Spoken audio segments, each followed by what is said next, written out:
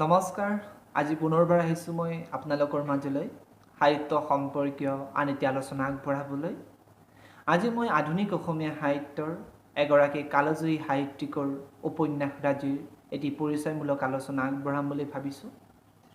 আধুনিক অসমীয়া সাহিত্যৰ এটি পৰিচিত নাম হৈছে ডক্টৰ বীৰেন্দ্ৰ কুমাৰ ভট্টাচাৰ্য।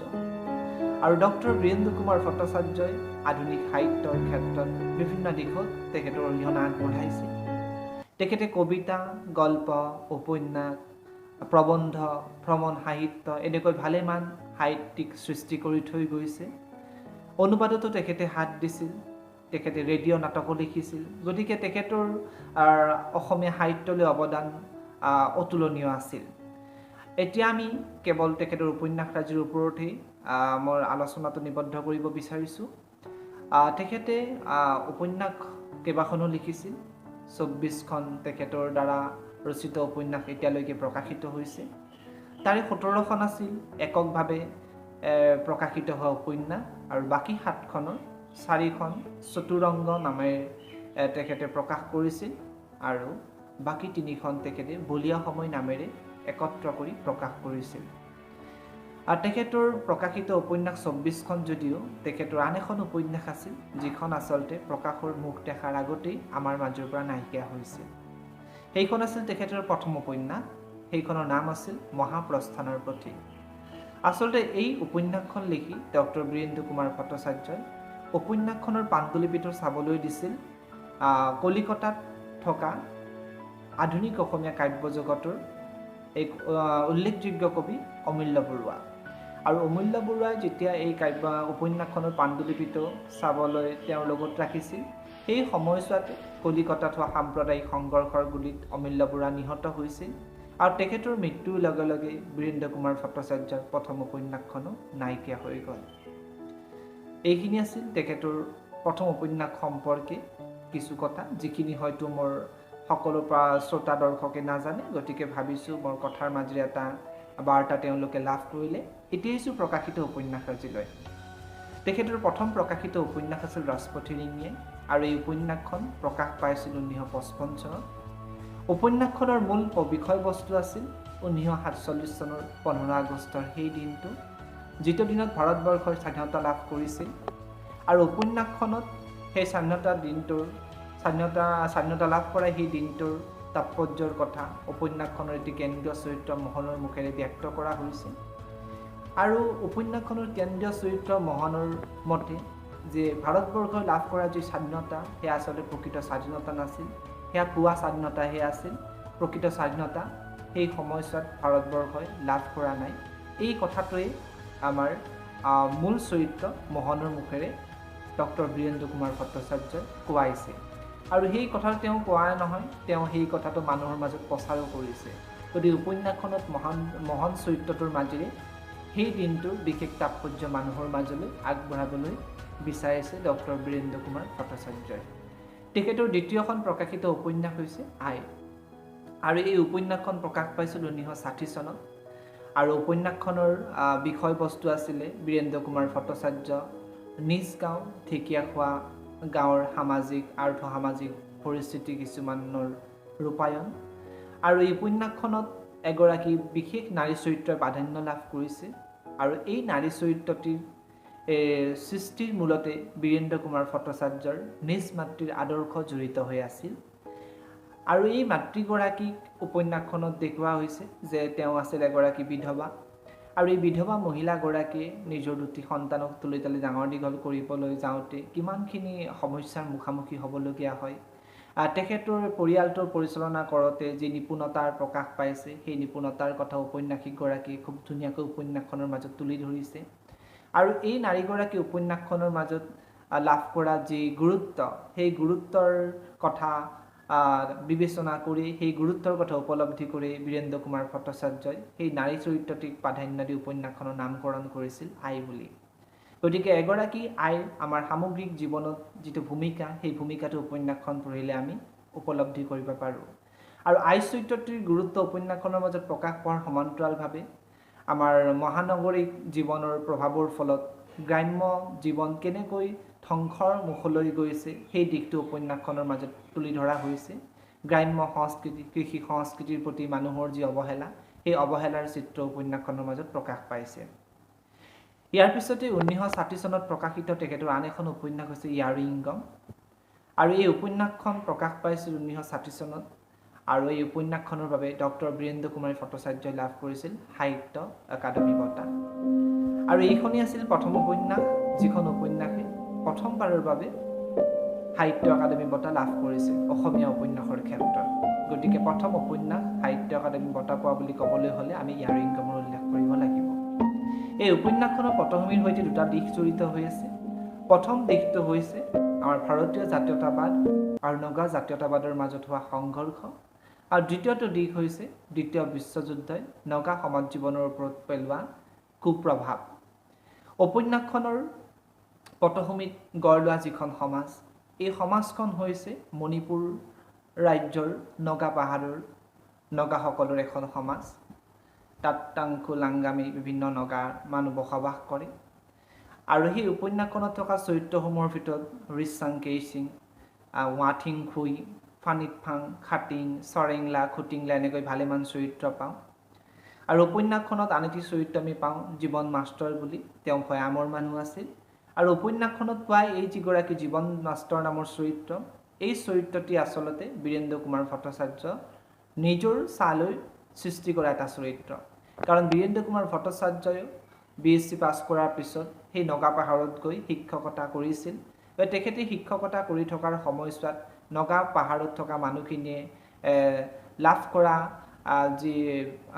কৰা যি অভিজ্ঞতা সেই অভিজ্ঞতাকেই তেখেতে উপন্যাসৰ মাজত কাহিনী ৰূপ দিছিল তেখেতে নিজেই তাত থাকিছিল আৰু তাত থাকি নগা সমাজ জীৱনে লাভ কৰা বিভিন্ন পৰিৱৰ্তনৰ ছবি তেওঁ দেখিছিল আৰু সেই তেখেতে দেখা সেই চাক্ষুষ অভিজ্ঞতাৰ ভিত্তিতে উপন্যাসখনৰ মূল বিষয়বস্তু প্ৰকাশ পাই লাভ কৰিছে উপন্যাসৰ মূল বিষয়বস্তুত সেই অভিজ্ঞতাই প্ৰকাশ লাভ কৰিছে গতিকে এইখন আছিল ইয়াৰিংগম তাৰ পিছত তেখেতৰ আন এখন উপন্যাস হৈছে হতগ্নি বুলি আৰু এই উপন্যাসখন প্ৰকাশ পাইছিল 1965 চনত এই উপন্যাসখনৰ বিষয়বস্তু আছিল 1962 চনৰ চীন ভাৰত যুদ্ধৰ পটভূমি আৰু উপন্যাসখনত আমি প্ৰধান চৰিত্ৰ হিচাপে লগ পাওঁ বন্ধুৰাম মজুমদাৰ নামৰ এগৰাকী ব্যক্তি যিগৰাকী ব্যক্তিয়ে দ্বিতীয় বিশ্বযুদ্ধৰ সময়ছোৱাত আঘাতপ্ৰাপ্ত হৈ পংগু হৈ আছিল আৰু দ্বিতীয় বিশ্বযুদ্ধত আঘাতপ্ৰাপ্ত হোৱা সেই বন্ধুৰাম মজুমদাৰে সেই প্ৰাক্তন সৈনিকগৰাকীয়ে চীন ভাৰত যুদ্ধও দেখিছিল আৰু চীন ভাৰত যুদ্ধই তেখেতৰ পৰিয়ালৰ কিছুমান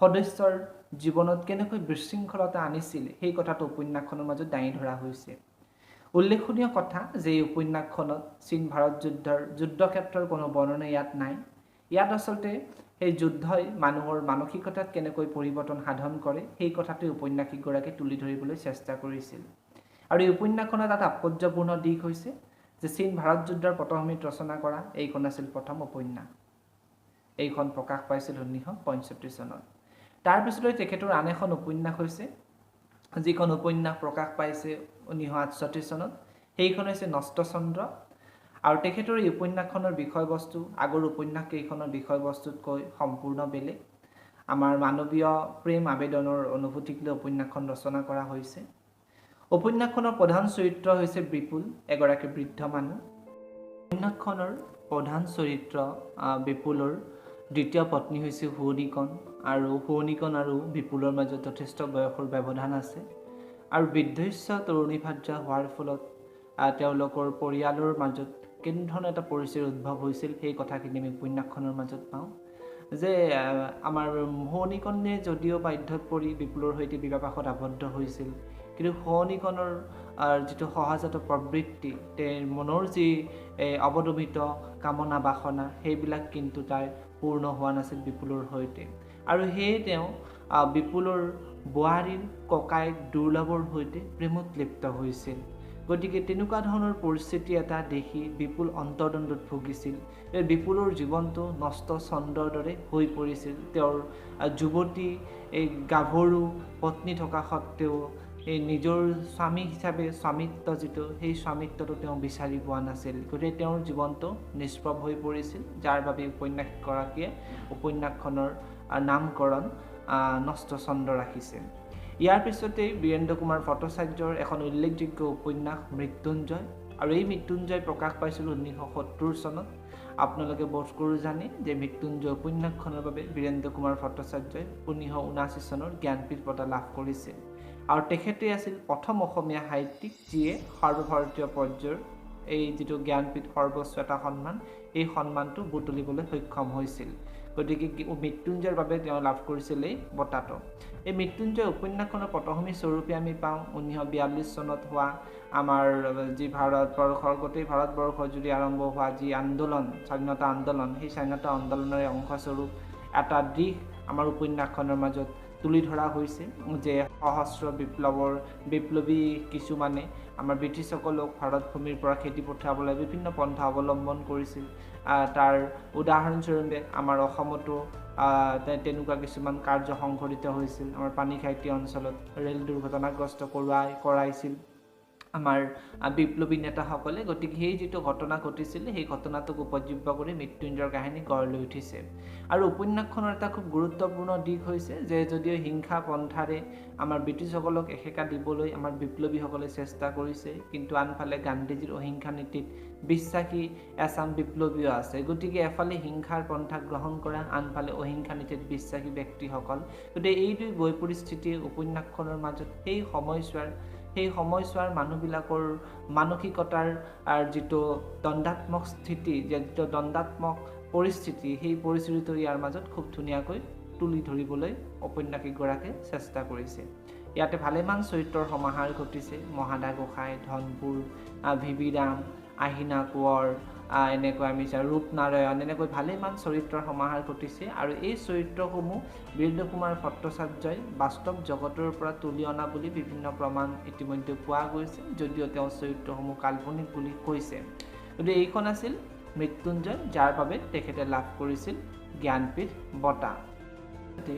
বীৰেন্দ্ৰ কুমাৰ ভট্টাচাৰ্যৰ 1970 চনত প্ৰকাশিত আন এখন উপন্যাস হৈছে প্ৰতিপদ। এই উপন্যাসখনৰ পটভূমি আছিল 1939 চনত ডিগবৈ তেল শোধনাগাৰত হোৱা যি বনুৱা ধৰ্মঘট, সেই বনুৱা ধৰ্মঘট। আৰু উপন্যাসখনত থকা যিখন সমাজ, এই সমাজখনত ভাৰতবৰ্ষৰ বিভিন্ন স্থানৰ পৰা অহা এচাম মানুহে বসবাস কৰিছিল। আৰু সেই শোধনাগাৰৰ যিখিনি বিভিন্ন ঠাইৰ পৰা আহি কাম কৰি থকা যিখিনি বনুৱা, সেই বনুৱাসকলৰ ওপৰত চেটকাই চাহাবসকলে যি নিৰ্যাতন চলাইছিল তাৰ কথা, যি শোষণ কৰিছিল সেই শোষণৰ কথা ইয়াত আছে। আৰু এটা সময়ত সেই শোষণৰ পৰা অতিষ্ঠ হৈ আমাৰ বনুৱাসকলে ধৰ্মঘট কৰিছিল। আৰু সেই ধৰ্মঘটৰ ক্ষেত্ৰত তেওঁলোকক ছাপোৰ্ট কৰিবলৈ আহিছিল চেটকাই চাহাবসকলৰ এগৰাকী লেডিয়ে, তেওঁ মিছেছ ফ্লেমিং আছিল। আকৌ চেটকাই চাহাবসকলৰ মাজত প্ৰতিনিধিত্বকাৰী স্বৰূপে আমি টাউলাৰ চাহাবৰ নাম লোৱা পাৰোঁ। তেনেকুৱা ভালেমান চৰিত্ৰ আছে। ইয়াৰ উপৰি উপন্যাসখনৰ মাজত সমসাময়িক সেই সময়ছোৱাত সেই সমাজখনত অহা প্ৰগতিশীলতাৰ কিছুমান নিদৰ্শন আমি দেখিবলৈ পাওঁ। যে সেই ধৰ্মঘটৰ লগত জড়িত এগৰাকী ব্যক্তি আছিল ডিম্বেশ্বৰ। আৰু সেই ডিম্বেশ্বৰে দ্বিতীয় পত্নী স্বৰূপে বিয়া কৰাইছিল জাহানাৰা নামৰ এগৰাকী মুছলমান সম্প্ৰদায়ৰ ছোৱালীক। গতিকে তেওঁ এই যেতিয়া জাহানাৰাক বিয়া কৰাইছিল তেতিয়া বিভিন্ন মানুহৰ বিভিন্ন প্ৰশ্নৰ মুখামুখি হৈছিল। আৰু তেতিয়া তেওঁ কৈছিল যে ধৰ্ম এটা কোট চলাৰ লগত তেওঁ তুলনা কৰিছিল। গতিকে নিজে ইচ্ছা কৰিলে নিজৰ ধৰ্মটো সলনি কৰিব পাৰি। প্ৰধান কথা হৈছে মানুহৰ মানসিকতা। গতিকে মানুহৰ অসমীয়া সমাজখনলৈ অহা প্ৰগতিশীল চিন্তাৰ এটা ছবি আমি সেই উপন্যাসখনৰ ডিম্বেশ্বৰ কেন্দ্ৰিক চৰিত্ৰটোৰ মাজত পাওঁ। আৰু তেওঁ মুছলমান ধৰ্ম গ্ৰহণ কৰি ডিম্বেশ্বৰৰ পৰা গিয়াছুদ্দিনৰ নাম লৈছিল। এনেকৈ আমি উপন্যাসখনত আৰু ভালো ধৰণৰ চৰিত্ৰ পাওঁ। ধৰ্মঘটৰ লগত জড়িত চেটাৰ্জী বুলি এটা খুব গুৰুত্বপূৰ্ণ চৰিত্ৰ আছে। গতিকে সমসাময়িক সময়ছোৱাৰ প্ৰগতিশীলতাৰ ছবি আৰু তাৰ সমান্তৰালভাৱে চেটকাই চাহাবসকলে আমাৰ সাধাৰণ বনুৱাসকলৰ ওপৰত চলোৱা যি শোষণ, সেই শোষণৰ ছবি উপন্যাসখনৰ মাজত খুব সুন্দৰকৈ প্ৰকাশিত হৈছে।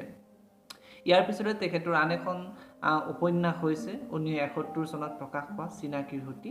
আৰু এই চিনাকীৰ সুঁতি নামৰ যিখন উপন্যাস আছে, উপন্যাসখনৰ বিষয়বস্তু তেখেতৰ আগৰ উপন্যাসবিলাকতকৈ সম্পূৰ্ণ বেলেগ।